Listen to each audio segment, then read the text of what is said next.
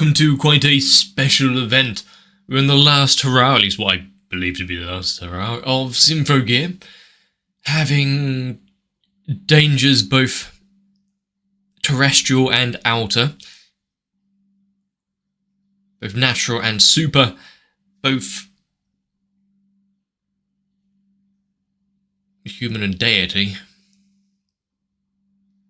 Quite a lot of things going on in this series, but what are they going to be fighting back against now? The little drop at the beginning, well, at the end of the last season, that Hibiki wasn't the only one that is now pure of heart. Someone else was cured of the curse that humanity has been afflicted with. So, I guess the question would be, how much is Mika going to be dragged into all of this? And to find out, we're going to have to get on and watch it. So, don your fanciest pair of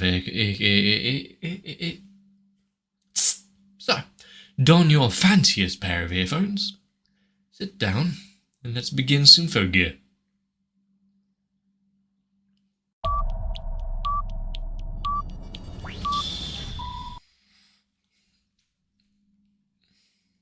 I thought that was just going to be a singular note. Then. It's not often that we start off a Symphogear episode with sites like that. A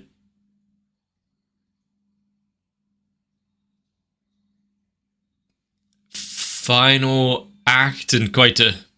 not good at interior decorating. He could really use a brush.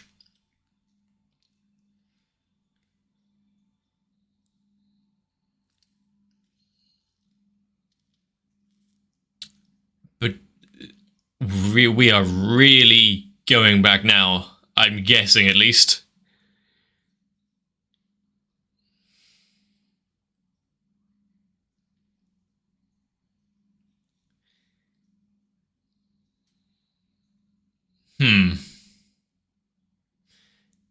Did we just bear witness to the near beginning of all of the conflicts and everything that got set into motion because of this? I mean, we definitely saw the moon.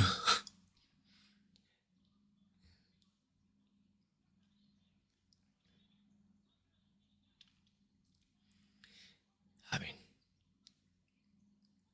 there's never a break, is there? Can't just take the day off. More ancient civilization artifacts and the like. Sarcophagus, always good to open those. Never know what kind of goodies will be inside.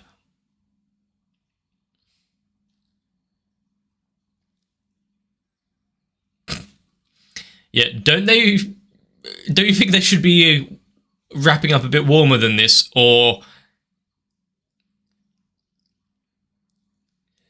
Yeah, okay, it's just like, yeah, we'll transform and whatnot, then we'll be warm enough. So, why don't you do that first before unveiling yourself to the elements?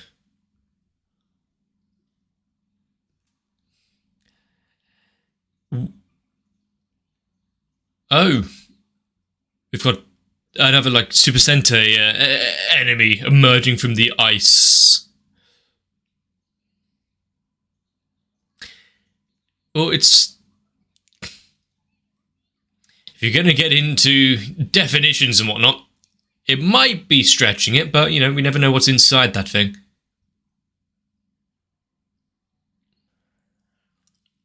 And with new season comes new transformation sequences, and they are going fancy with this one. Now, not just floating in an endless void, they've actually got their own little arena. Oh, that's nice. Seeing a bit more of the mechanism behind it.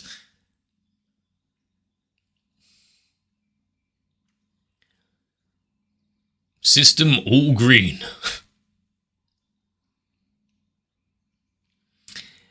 Is it now going to spend all the time doing the others as well? We're going to burst past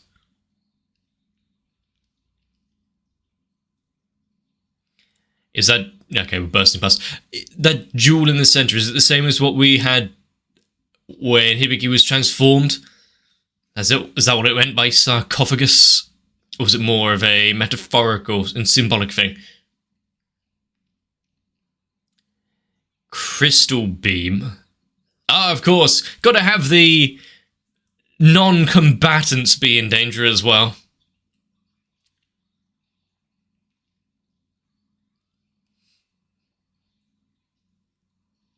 I think more than ever, I actually heard the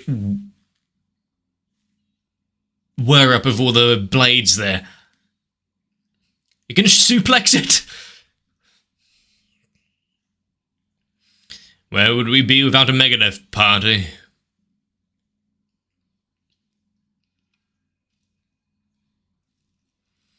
I mean, if it was that easy to take down, I don't think we'd be too worried about this sarcophagus.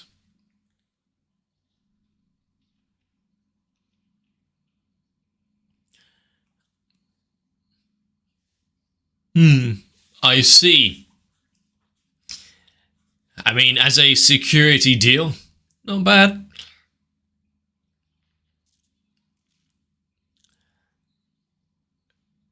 That is definitely new behavior. Fawn barrier, keep it...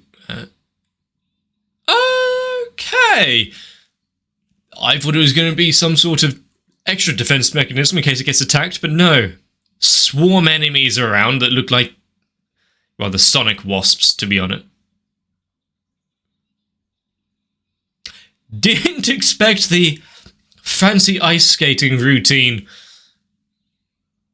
Not sure it would take the Olympics, but, you know, get a few points.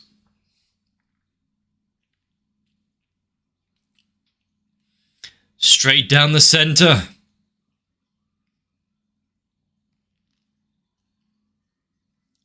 Well, that was nice as well. There's quite a few aspects right now, first episode, first 5 minutes, which they're going above and beyond what other seasons have done. So if that's indicative of the rest of it, there's the control crystal. Now we know you can actually damage it. Don't let your guard down.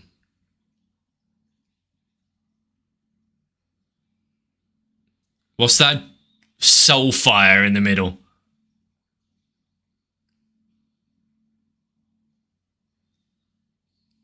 Is the observation base okay?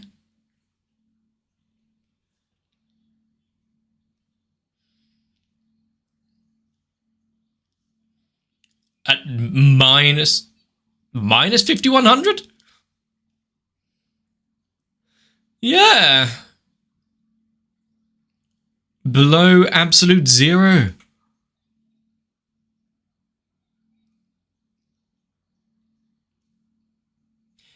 And not only the gears can't handle it, but pretty much nothing else I can even think of would. Oh.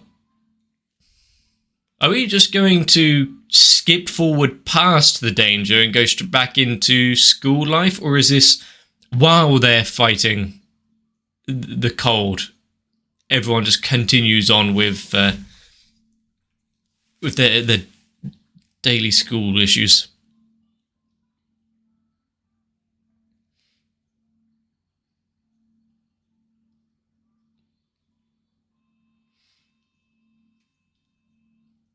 Until the reveal was like, why is she singing? But makes sense.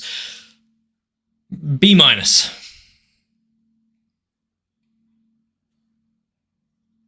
Pass is a pass. No summer school or extra study sessions needed.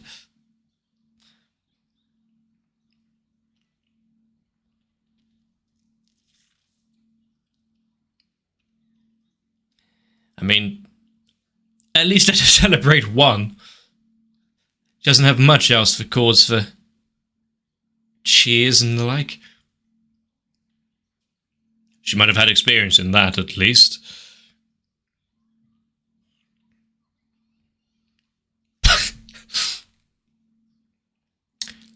She could be a member of the team with evasion skills like that.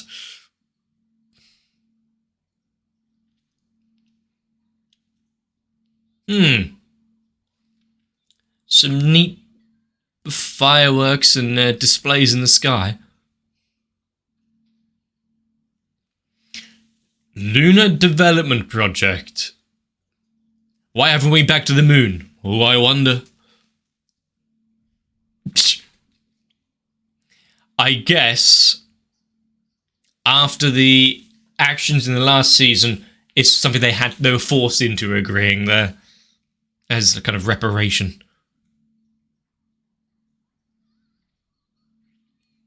Ibiki seems so much more animated.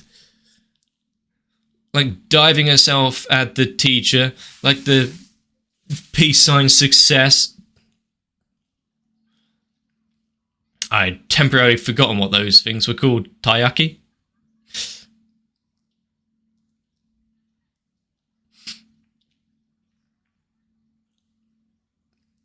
I mean, yeah, you've had the extraordinary for so long, being able to just enjoy time with Miku and the school and everything. Hopefully this isn't a flashback and we'll go back into Frozen Realm very, very soon. Should climb out of the depths of Hades itself to come and rescue Miku.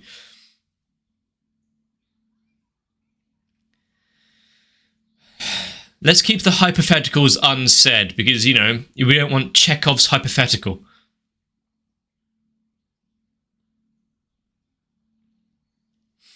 First, we need to get down out of this Ferris wheel. Oh, she's coming along as well. Good, don't just leave her out on the streets.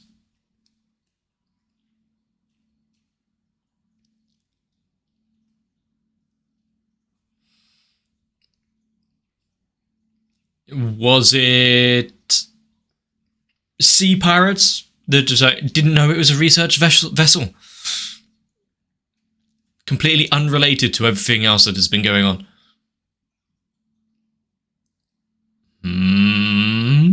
Which what? Ah.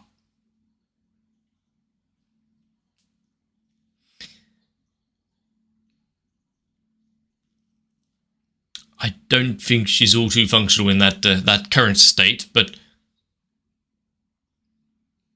oh, it could have been internal rather than an external attack.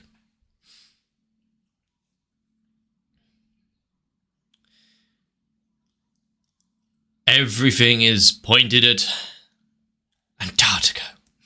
This is definitely a build-up to what we saw before.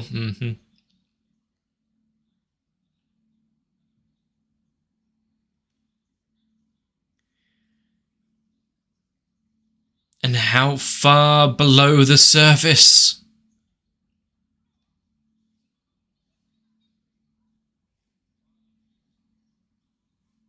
She's not good at this whole geography and the natural climate, I guess. Who would have thought? What happens when water is very cold?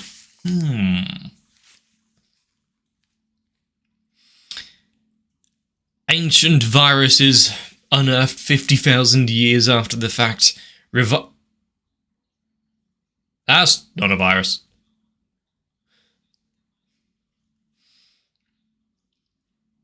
So why is there a Middle Eastern scorpion under the ice in Antarctica? I guess... Okay, I was going to go back to Pangaea and the like, but sure, that works. How ancient is the scorpion?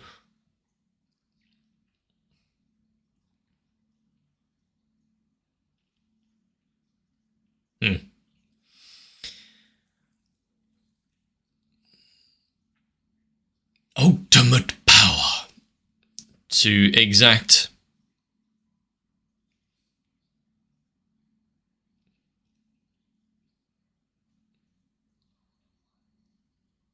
Was it? Also, who names this shit? The sarcophagus that arises from the abyss of time. Can we just call it Dave? It's a lot less frightening.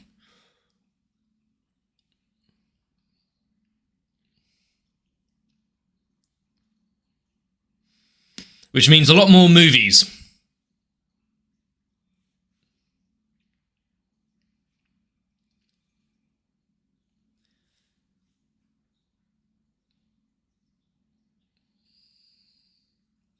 So his final words there weren't just empty warnings or anything. Dave really did get the better of them.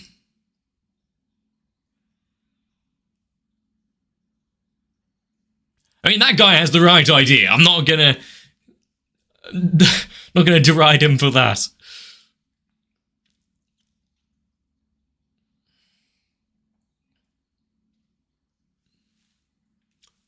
Zoom and enhance. What do you see?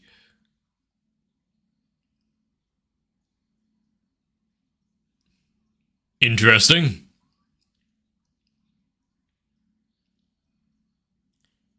Really? Can there be a quicker way of getting in contact? Do you need the school xylophone noise? Ah, okay. So they are part of the underground Illuminati peoples.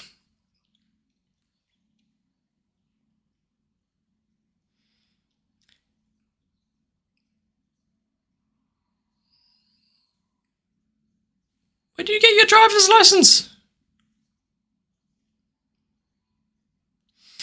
That's a very form-fitting jacket.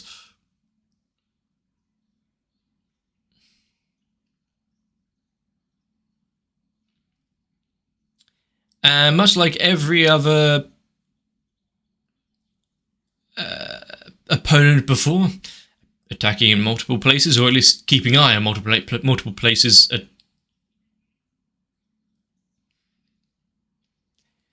The important things. Keeping the crown jewels warm.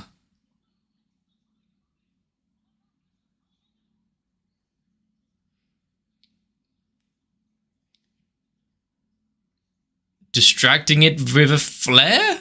I mean, if it... Oh, okay, that didn't work. The fact that even ordinary humans who really can't do much were still putting up a bit of a fight. And that's all it took as well for them to break out.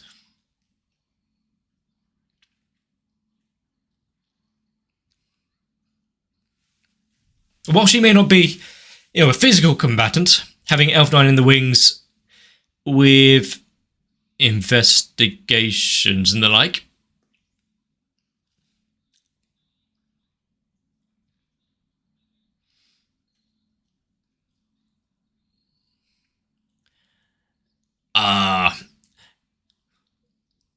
Actually fighting from above and below, piercing through the ice to attack indiscriminately.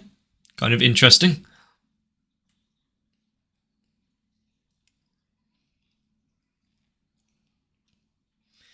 I didn't get to fully read that. The six-way song again might not be all in unison, but they just get their solo section.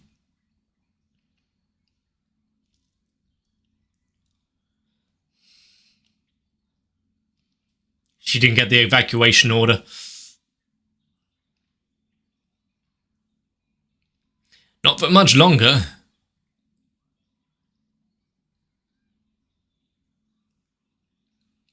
Did she mean literally? When she's saying punch it? I guess so. Once that would shatter all logic and reason, a fist to force through a better future.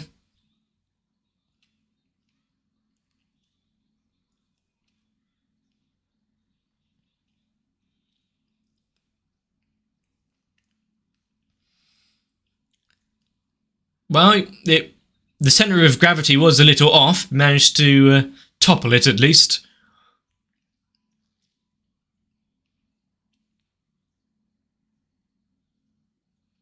Oh, I don't like that.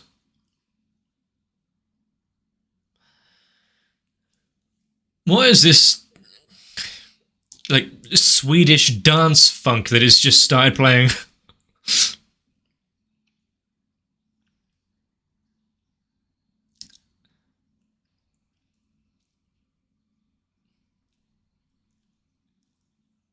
Huh. I mean, something that size and whatnot, it broke out of the ice coming up in the first place, so...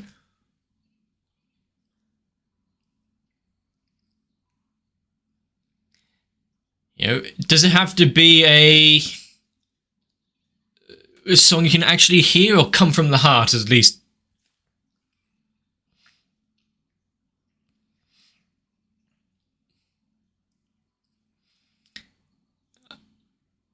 Jesus Christ.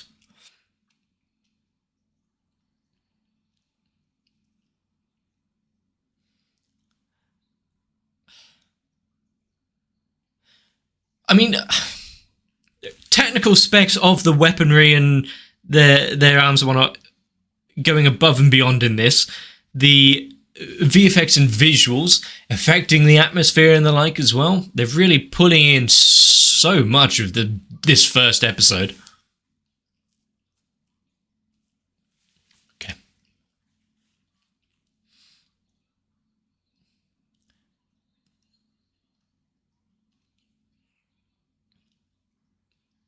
Well, what do the scout readings say? Shut up, Ibiki. Yeah, create your own flags.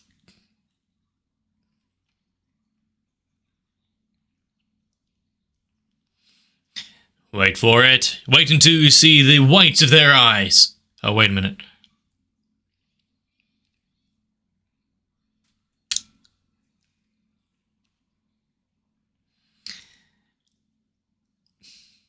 Glittery. Not sure that would do to global warming if you've just blasted away all the cloud layer, but okay.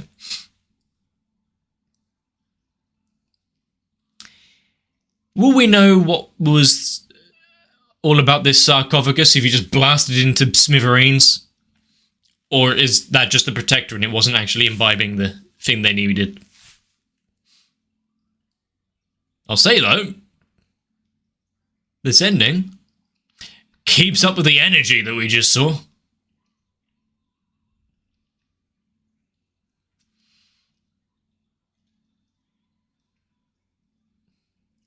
But having them all once again have their own little moments while also cooperating as a team and bringing in Elf9 as a advisory role.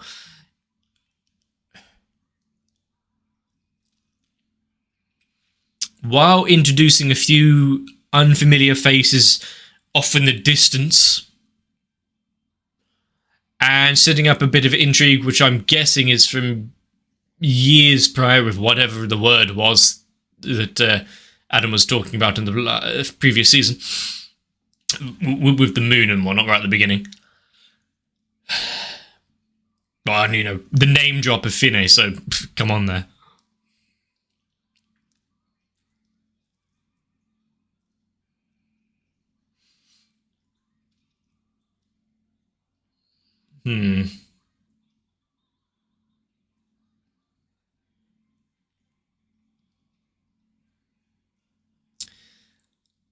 Trying to think what might come. After credits scene? That wasn't blown to smithereens, just ripped to shreds. That's quite cool. It looked like an inflatable there, though. It's hatching.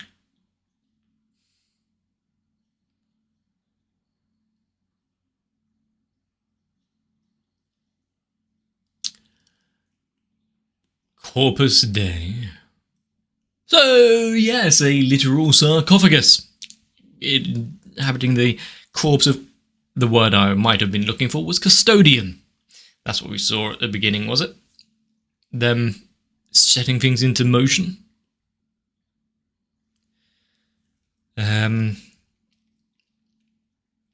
Obviously quite an obvious little shiny gauntlet thing, or bracer, more than a gauntlet. How's that going to feed into things? Also, as far as resting places go, having your tomb a means of attack, I mean, they've got a sense of style and protection, I guess. But why did it need to go to that kind of lengths to protect the body of this custodian? But it is kind of amusing certain things that have been put into motion with this episode already. Oh, my chest. Having several nations now working together to get back to the moon. What they'll find there, nobody knows. But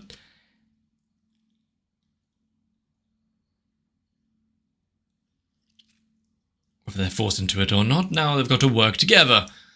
It's probably good, considering there's still pocket augment sections, cells of the Illuminati organization thingy that probably haven't got the memo to, lay down their arms and stop fighting.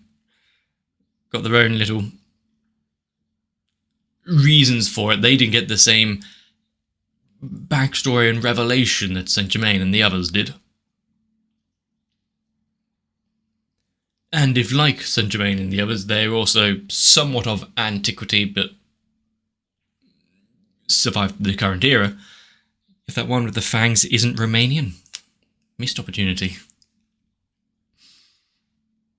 But yeah, mentioning of America, Russia, and probably several other countries I've already forgotten, the world of Symphogear is definitely expanding more than just the small team that we initially started with. Granted, it started with the moon being in danger, so that would be a thing for the entire world to kind of get on board with. But setting up the intrigue and stakes pretty early on. Still wondering what it is with Miku and why that might be a thing to ponder about with this season.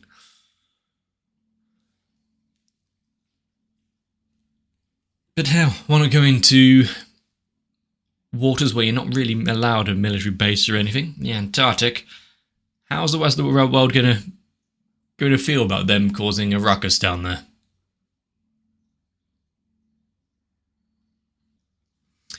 But they've definitely got their work cut out for them now.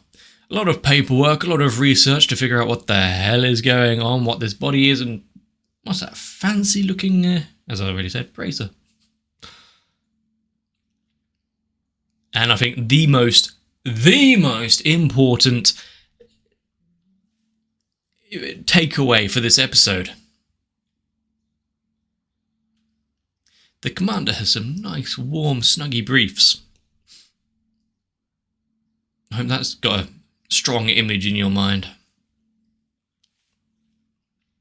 But I guess for now, on top of everything else that we've seen, Symphogear still keeping up with the energy, the impact, and starting us off with a 6-way song with individual solos. Can't remember. No, there was bits where they all overlapped. It was near the end. More of that, please.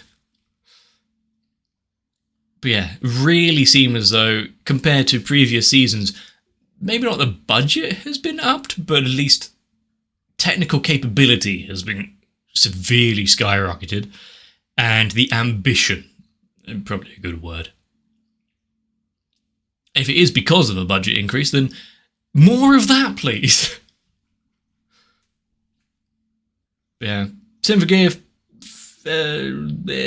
XV? Yeah. First episode, pretty damn good. Kind of got me gripped. Not sure on the design of the sarcophagus. Looks like a giant pangolin. Not quite as terrifying as it could have been, but then again, why the hell was there a scorpion in the Antarctic? Why do they think that was a good environment to bring it? Questions and more answered in the future, but to get there we'll have to watch it. So if you enjoyed this one, let me know. Leave a like and a comment down below. Consider subscribing to the channel to not miss out future uploads, and maybe even join onto my Discord for notifications, memes, conversation, votes when I'm not being a dictator. There's plenty going on. But I really do hope I entertained you in some way or another. Get some rest, so that I can see you for the next one.